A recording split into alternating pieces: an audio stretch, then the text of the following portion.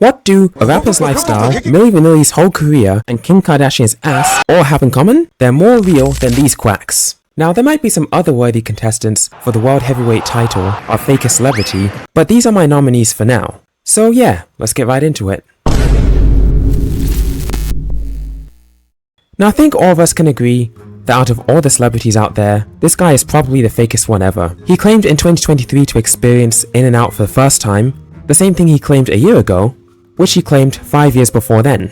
This leads to a 7 million view moist critical video calling him out, and many articles pointing out his blatant buffoonery, but he instantly folds. Does he have amnesia or something? But there are way more damning lies told by Buff Pinocchio. He claimed to be eating suspicious amounts of food that will put even the most ardent of gym rats well above healthy body fat percentage. This was especially mentioned by Greg Doucette. I can tell you there is no way The Rock burns off enough calories to average 6,000 to 8,000 calories a day and look like this. If he actually ate those kind of calories, 6,000 to 8,000 a day, he would be 100 pounds overweight. Being 100 pounds literally means you're morbidly obese, and he said he hasn't touched steroids since he was 18, yet keeps getting bigger and bigger despite being in his 50s. Eddie Hall suspects that he's using TRT, Joe Rogan and Greg disagree and think he's using something else as well, though he may as well be using all of the above, because no one gets that big in their 50s without enhancements. He's not natty. Then there was this time when Black Adam released back in October 2022, and it bombed hard. It had a $620 million budget and needed to gross over $600 million to break even. It only made $393 million at the box office, which resulted in a $50 to $100 million loss in its theatrical run. Failure! The Rock claimed the opposite, saying he waited to confirm with finances before sharing Black Adam news, and that the film will profit between $52 million to $72 million, and linked a fluff article full of misinformation that he leaked to the journalist to cover up the stench. Funny how he tries to artificially enhance sales figures like he does his figure. And what the hell is wrong with the journalist, really? Like, you all don't check your sources? No wonder gamers hate you all so much. There's also that one time on the Joe Rogan podcast when they were discussing politics, and he sounded like an utter robot, saying a whole lot of nothing.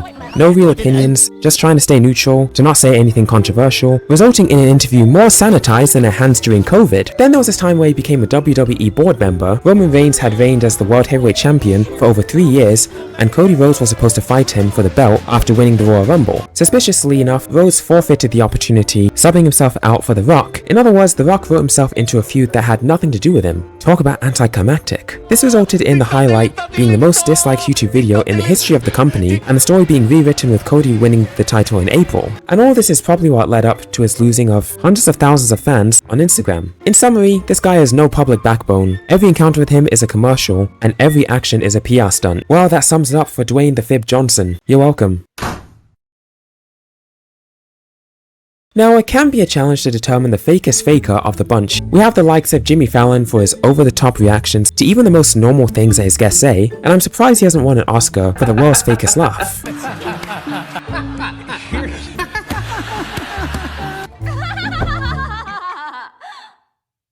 Next up, we have Jimmy Kimmel, who is quite possibly the worst host for the Oscars of all time. Remember the time he got his nut off from making fun of Roger Downey Jr. for his drug addiction, which was from like 30 years ago, and it was completely uncalled for? And this happened when they were supposed to be celebrating his accomplishments, especially being able to enjoy a successful career outside of Iron Man, and not to mention his role in Oppenheimer. Like that, there was fire. And then we have James Boring Corden, you know, the guy with a swagger in his walk. You can start to think you're perhaps a bit more of a dude than you really are. And that very much happened to me. You know, I had a swagger in my walk. He seems to have a special kind of talent for being unlikable, because amongst celebrities in general, he's developed one of the worst media reputations in the history of mankind. Now, his shtick would he present himself as a goofy, easygoing chap who you'd be friends with if you just met him on the street. Whether you found him funny or not is down to taste. Me personally, I'm not a fan. But I've heard a bunch of horror stories featuring this bloke, exposing him for how rude and awful he is off camera, especially doing things like treating everyone else like trash and getting into public squabbles with other celebrities.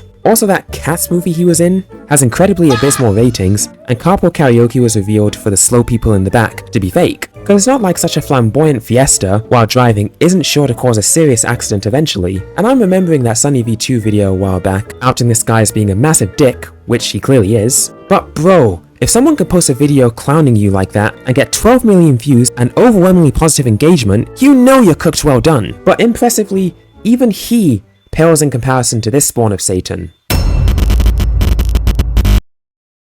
Finally, I've been really waiting to get to this one. Ellen the Degenerate. the Wicked Witch of the internet. Trifling's show aired for 19 seasons with 3,339 episodes, despite being more boring than watching a snail cross the road. And it's funny how it wasn't that caused the show to get cancelled. Instead, it was allegations of a toxic work environment and sexual misconduct. Wow, as if making me watch paint dry wasn't enough of a violation. And there were countless stories that came out from the likes of Benjamin Simon and others talking about the horrendous acts that this woman would do when the cameras weren't rolling. There was also that time when she left her stage crew in the dark about their working hours and pay for over a month during the pandemic. Then when she finally spoke, she told them to brace for a 60% reduction in pay. Damn, Ellen, I thought you were supposed to be the sweet little angel who couldn't do no wrong. Furthermore, there were many times when her sanctimonious veil slipped when the cameras were still rolling. Like the time she almost made Taylor Swift break down with a bunch of nosy questions about her love life, and also pressing Mariah Carey into revealing her pregnancy early, well before she was even comfortable doing so, especially by getting her to drink alcohol. And what's worse is that she had a miscarriage not long after, and the whole public knew. It's like it was all according to the master plan. Now, since her show went down the toilet, she's been keeping a low profile. But it seems she intends to make a comeback with a new stand-up comedy show? You know what? You go, girl. I believe you can do it. You just might become the next Amy Schumer. We were just like way different in the bedroom, you know? Like, we had different styles. His style was like really energetic and like moving around, and like my style, like what I like to like lay there.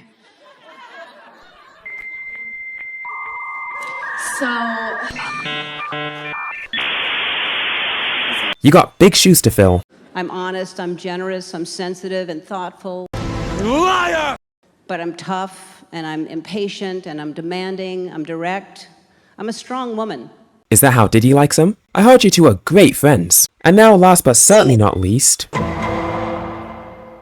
it's crazy how this man had most of us in a genjutsu, thinking he was even half the good person he made himself out to be. This all started with, but not caused by, the Ava Chris Tyson drama when this person got exposed for being a predator. Who could have seen that coming? With overwhelming evidence of him sending naughty messages to minors, linking revenge porn in the description of an old video, and buying CP from an artist who goes by Shadman. One of his drawings is shown hung on a wall at Chris's house in a now deleted Mr. Beast video. And funny how Mr. Beast looks at it without even a hint of disgust. He clearly doesn't give a shit. Not to mention all the hentai and CP that may have been shared in that server with tons of minors in there as well. And they weren't just regular members, some of them were mods. This is why I refuse to believe that Jimmy somehow did not know. The writing was on the wall. Dogpack404, a former Mr. Beast employee, came out with a video presenting a series of allegations against Jimmy. This led to a whole snowball of new allegations coming out every other day for the next 2 months. However, the most noticeable ones were faking his challenge videos while claiming they were real, promoting gambling to his kid audience and conducting illegal lotteries while failing to give out prizes, selling fake Mr. Beast signatures, false promoting his Feastables chocolate bar as a healthy alternative to Hershey's, hiring a convicted sex offender,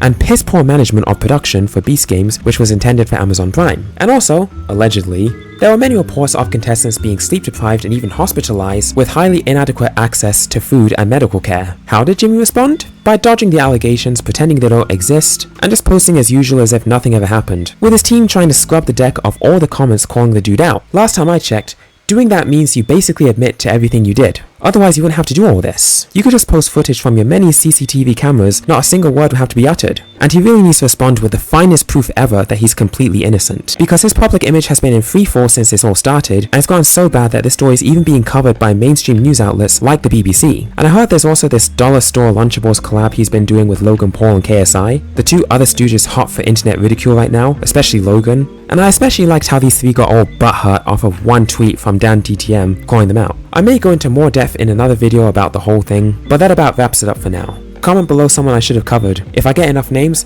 I might have to do a part 2. Please give this video a like, subscribe, comment if you feel you need to, and I'll get back to you real soon. But until then, later.